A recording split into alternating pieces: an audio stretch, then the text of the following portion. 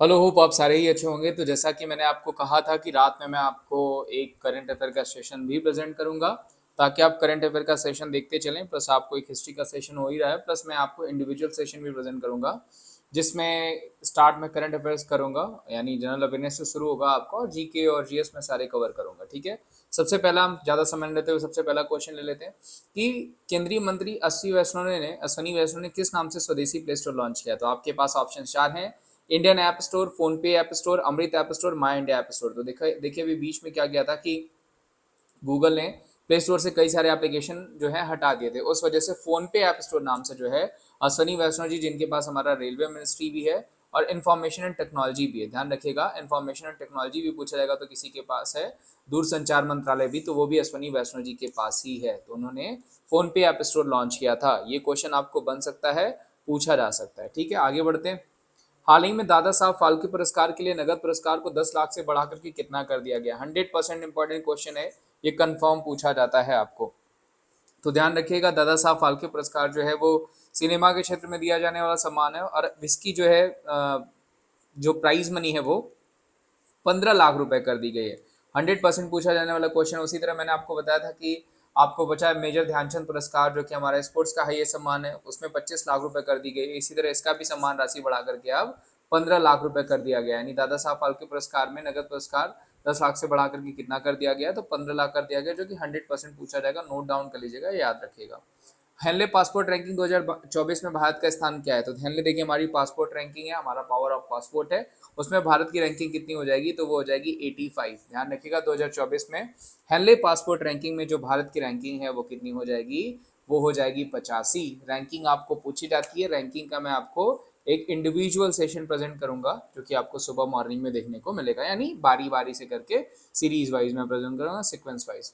प्रधानमंत्री नरेंद्र मोदी ने किस भगवान को समर्पित अबू धाबी पहले हिंदू मंदिर का उद्घाटन किया। देखिए अभी आपने देखा होगा कि अबू धाबी में एक हिंदू मंदिर बनाया गया है, जहाँ की जो कि काफी न्यूज में भी था। अब पूछा गया कि ये किस भगवान को समर्पित है, बहुत ही बढ़िया क्वेश्चन है। तो ये जिस भगवान को समर्पित है वो कौन हो जाएंगे, वो हो जाएंगे स्वामी नारायण। ध्यान रखिएगा, नोट डाउन कर लीजिएगा, कंफर्म पूछा जाने वाला क्वेश्चन है। ठीक है, इसी ट्रस्ट के द्वारा ये बनाया गया है। तो स्वामी नारायण जी का जो है ये हिंदू मंदिर का उद्घाटन किया गया है, कहाँ पे, अबू धाबी में, जो एक नंबर का क्वेश्चन आपको पूछा जा सकता है। Very very important. ठीक है, आगे बढ़ते हैं। प्रधानमंत्री ने 1 करोड़ घरों में 300 यूनिट बिजली मुफ्त देने हेतु किस नाम से योजना शुरू कराई है। तो एक योजना से क्वेश्चन बनेगा, जिसमें इसमें मोस्ट प्रोबेबली चांसेस हैं कि क्वेश्चन पूछे जाए। तो प्रधानमंत्री ने 1 करोड़ घरों में 300 यूनिट बिजली मुफ्त देने हेतु किस नाम से योजना शुरू करी है, तो वो हो जाएगा दोस्तों पीएम सूर्य घर। ध्यान रखिएगा, पीएम सूर्य घर नाम से जो है ये योजना शुरू करी गई 300 यूनिट वाली, प्रधानमंत्री जी के द्वारा, जिसमें 300 यूनिट बिजली मुफ्त दी जाएगी 1 करोड़ घरों को। तो वेरी वेरी इंपॉर्टेंट, पूछा जा सकता है क्वेश्चन। इस क्वेश्चन का क्या हो जाएगा, ऑप्शन सी, पीएम सूर्यघर। आगे बढ़ते हैं। एशिया कप फुटबॉल किसने जीता था। ये देखिए बढ़िया क्वेश्चन है। तो इसमें जॉर्डन को हराया था, और जीता किसने था, तो ये जीता हुआ, सॉरी, एशिया कप फुटबॉल पूछा गया है यहाँ पे। यहाँ पे आई थिंक मैंने जो है कि एक ऑप्शन यहाँ पे जो है कि मेंशन करना मैं भूल गया हूँ, जिसकी वजह से एक ऑप्शन आपको गलत दिख रहा होगा। तो ध्यान रखिएगा, जॉर्डन को हराया था कतर ने, तो कतर ने जीता था। यहाँ वियतनाम को हटा करके हम कतर कर देते हैं, तो कतर के द्वारा जीता गया था एशिया कप फुटबॉल। ध्यान रखिएगा 2024। ठीक है, पूछा जा सकता है कि किसके द्वारा जीता गया है, तो ये जीता गया है आपका कतर के द्वारा। एशिया कप फुटबॉल 2024 किसके द्वारा जीता गया है, तो ये जीता गया है कतर के द्वारा। तो यहाँ पे इसको गलती को हम सही कर देते हैं, यहाँ पे आप कतर कर लीजिएगा। ठीक है, पूछा जाएगा ये क्वेश्चन आपको, क्योंकि ये ऐसे क्वेश्चंस आपको बनते हैं। हाल ही में भारत ने किस 7वें देश में यूपीआई रुपए कार्ड सेवा करी। देखिए बढ़िया क्वेश्चन है ये। सबसे पहले आपको पता है कि फ्रांस में हुआ था, आपने सुना था, उसके बाद सिंगापुर हुआ, मॉरिशस हुआ, श्रीलंका हुआ, नेपाल हुआ, फिर भूटान में भी किया गया था। अब कहाँ पे कर दिया गया है, तो यूएई में। यूएई में भी आप जो है यूपीआई रुपे कार्ड की सेवा जो है वो ले सकते हैं, यानी यूपीआई आप कर सकते हैं।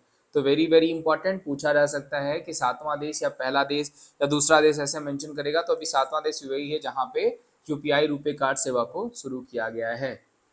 किस राज्य ने कांजी नेमू को राजकीय फल घोषित किया है। तो दोस्तों मैंने आपको कांजी नेमू के बारे में जीआई टैग में भी पढ़ा रखा हुआ है। तो कांजी नेमू को राजकीय फल किसके द्वारा घोषित किया गया है, तो ये घोषित किया गया है असम के द्वारा। ध्यान रखिएगा, असम ने कांजू नेमू को, जिसको जीआई टैग भी दिया गया है, उसको राजकीय फल घोषित कर दिया है। वेरी वेरी इंपॉर्टेंट, 1 नंबर का क्वेश्चन ये करंट से आपको ये भी बन सकता है। जितने भी क्वेश्चंस मैं आपको प्रेजेंट करूंगा, क्वेश्चंस देखिए आज मैंने 15 किए हैं, फिर मैं 20 करूंगा, फिर मैं 25 करूंगा और 30 तक रुकेंगे, क्योंकि इससे ज्यादा क्वेश्चन आप पे बर्डन हो सकते हैं। तो ऐसे ऐसे क्वेश्चन आपको प्रेजेंट किए जाएंगे। कांजीनेमू राजकीय फल घोषित किया किसके द्वारा? तो असम के द्वारा घोषित किया गया। गूगल बार्ड ने एआई की जगह किस नाम से एक नया एआई को आधिकारिक रूप से लॉन्च किया है? गूगले, जेमिनी, या फिर जेमिनी आई, या फिर जेमिनिया, या फिर A2J आई। ठीक है, तो जो सही आंसर है दोस्तों वो क्या हो जाएगा?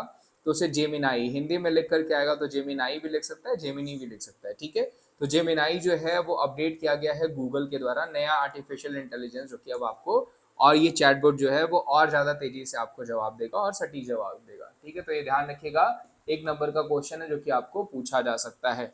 जेमिनाई ध्यान रखिएगा, नया एआई अधिकारी गूगल के द्वारा लॉन्च किया गया है। एक नंबर का क्वेश्चन जो पूछा जा सकता है, पहले ये जो है बार्ड नाम से था।